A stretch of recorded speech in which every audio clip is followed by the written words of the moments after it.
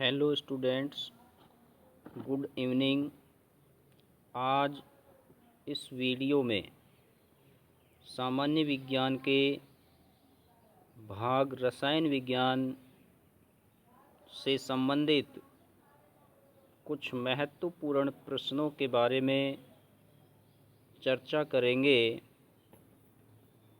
सबसे पहले देखिए, अपने पास प्रश्न है, आवर्त सारणी का जनक माना जाता है। तो देखिए यहाँ पे ऑप्शन दिए गए हैं, मेंडलीफ और अरस्तु। तो आवर्त सारणी का जो जनक है वो मेंडलीफ को कहा जाता है। तो राइट आंसर आएगा मेंडलीफ। दूसरा प्रश्न है, निम्न में से सर्वाधिक विद्युत ऋणता किस तत्व की होती है? तो सर्वाधिक विद्युत ऋणता निम्न में से का अर्थ है कि आवर्त सारणी में, लेकिन यहाँ पर दिए गए जो तत्व हैं उनमें सबसे ज़्यादा जो विद्युत ऋणता है वो किसकी है? तो राइट आंसर होगा फ्लोरीन की। और मैं बता दूं आपको कि आवर्त सारणी में भी विद्युत ऋणता जो सर्वाधिक होती है वो फ्लोरीन की ही होती है। तीसरा प्रश्न है, आधुनिक आवर्त सारणी आधारित होती है। तो यहाँ पर दिया गया है परमाणु भार, परमाणु क्रमांक और न्यूट्रॉन्स की संख्या।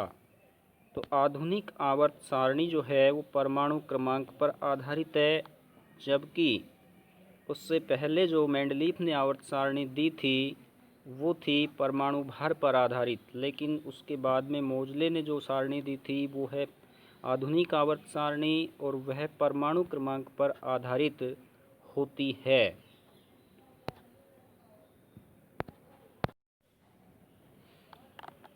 उससे अगला क्वेश्चन है, कौन सी धातु द्रव अवस्था में पाई जाती है? तो देखिए यहाँ पे दिया गया मरकरी, गैलियम, सीजियम और ये सभी। तो यहाँ पर देखिए मरकरी, गैलियम और सीजियम तीनों ही द्रव अवस्था में पाई जाती हैं। तो मरकरी, गैलियम और सीजियम। उसके पश्चात है, निम्न में कौन सा तत्व केरोसिन में रखा जाता है? केरोसिन यानी कि मिट्टी के तेल में रखा जाने वाला तत्व कौन सा है? अगर मिट्टी के तेल से बाहर निकालते हैं तो वो ऑक्सीजन से क्रिया कर लेता है और आग पकड़ जाता है, तो इसलिए उसको मिट्टी के तेल में रखा जाता है। वो तत्व होगा सोडियम। राइट आंसर होगा ए। इसके पश्चात आवर्त सारणी में सर्वाधिक आयनन ऊर्जा किस तत्व की होती है? तो आवर्त सारणी में सर्वाधिक आयनन ऊर्जा जो होती है उसके लिए राइट आंसर आएगा हाइड्रोजन की, अर्थात इसके इलेक्ट्रॉन को निकालने के लिए सर्वाधिक ऊर्जा की आवश्यकता होती है, इसलिए इसका आयनन ऊर्जा का जो मान होता है वो आवर्त सारणी में सर्वाधिक होता है।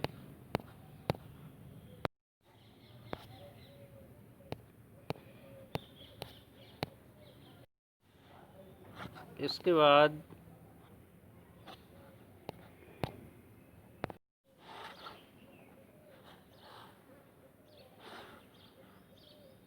बाद अगला क्वेश्चन है, मानव ने सर्वप्रथम किस धातु का उपयोग किया था? तो इसका राइट आंसर होगा तांबा धातु का उपयोग किया था।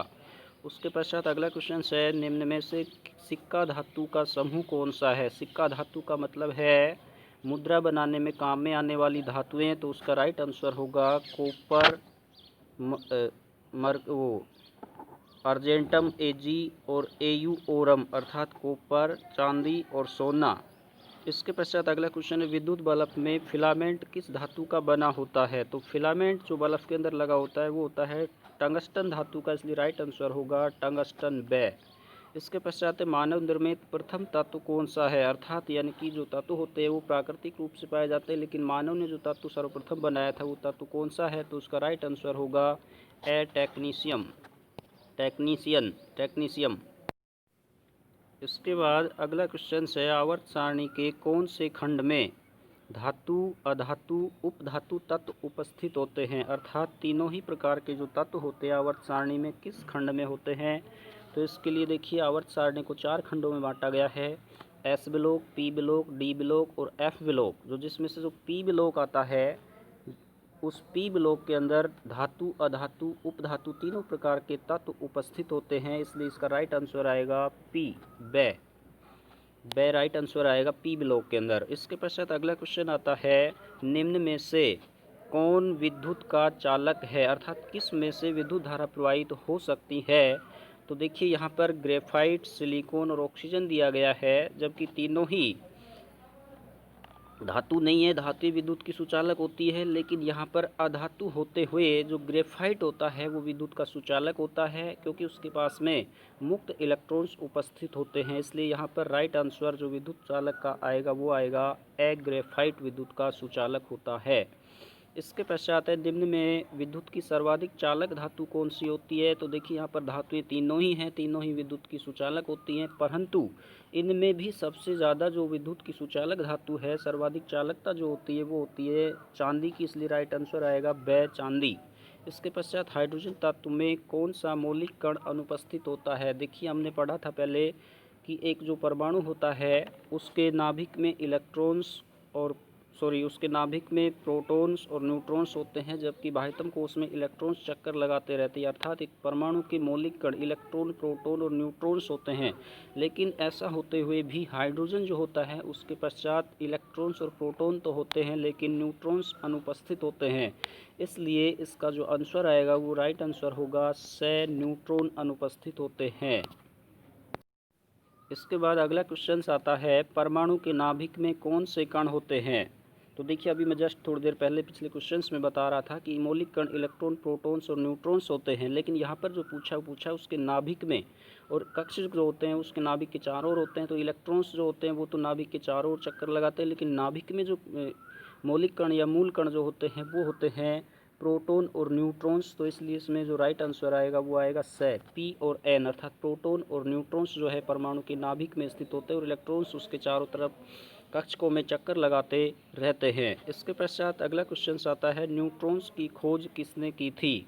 तो न्यूट्रॉन्स की जो खोज की थी वो की थी जेम्स चैडविक ने, तो राइट आंसर होगा जेम्स चैडविक। इसके पश्चात अगला क्वेश्चन है, किस तत्व के समस्थानिक का नामकरण किया गया, अर्थात समस्थानिक का नामकरण पोलोनियम के भी समस्थानिक है, कार्बन के भी समस्थानिक है, हाइड्रोजन के भी, लेकिन इसमें से हाइड्रोजन तत्व ऐसा है जिसका नामकरण किया गया था। इसका जैसे 3 समस्थानिक होते हैं, 1H1, 1H2, 1H3, अर्थात परमाणु क्रमांक समान और परमाणु भार अलग अलग होते हैं, तो उसको अपन समस्थानिक बोलते हैं। तो हाइड्रोजन के 3 समस्थानिकों को नाम दिया गया था, प्रोटियम, ड्यूटेरियम और ट्राइटेरियम, अर्थात हाइड्रोजन के समस्थानिकों का यहाँ पर नामकरण किया गया था। तो राइट आंसर आएगा ए। इसके पश्चात आता है, कैंसर चिकित्सा में प्रयुक्त समस्थानिक है, अर्थात कैंसर के जो उपचार के लिए किस तत्व के समस्थानिक का उपयोग किया जाता है। तो उसके लिए राइट आंसर होगा कोबाल्ट 60 का उपयोग किया जाता है, अर्थात आंसर आएगा ए, कोबाल्ट 60। इसके बाद अगला क्वेश्चन है, मोटर गाड़ियों की बैटरी में कौन सा अम्ल होता है, अर्थात मोटर गाड़ियों में जो बैटरी काम में ली जाती है उसमें कौन सा अम्ल भरा हुआ होता है। तो यहाँ पर दिया गया है सल्फ्यूरिक अम्ल, नाइट्रिक अम्ल और हाइड्रोक्लोरिक। तो इसमें से राइट आंसर होगा ए, सल्फ्यूरिक अम्ल।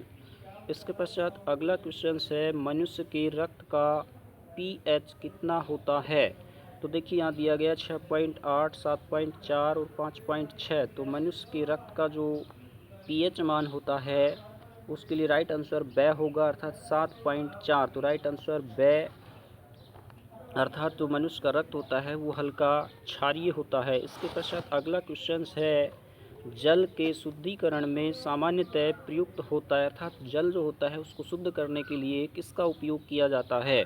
तो यहाँ पर ऑप्शन दिए गए हैं, लाल दवा, क्लोरीन गैस और फिटकरी। तो देखिए इन तीनों ही पदार्थों को पानी में, गंदे पानी में डालने से वह पानी शुद्ध हो जाता है। तो इसलिए इसका राइट आंसर जो आएगा वो ए, बे और से तीनों ही होंगे, अर्थात ये तीनों ही सही हैं। लाल दवा, क्लोरीन गैस और फिटकरी तीनों का ही उपयोग जल के शुद्धिकरण में किया जाता है। दोस्तों वीडियो पसंद आए तो लाइक, शेयर और सब्सक्राइब ज़रूर करें। धन्यवाद।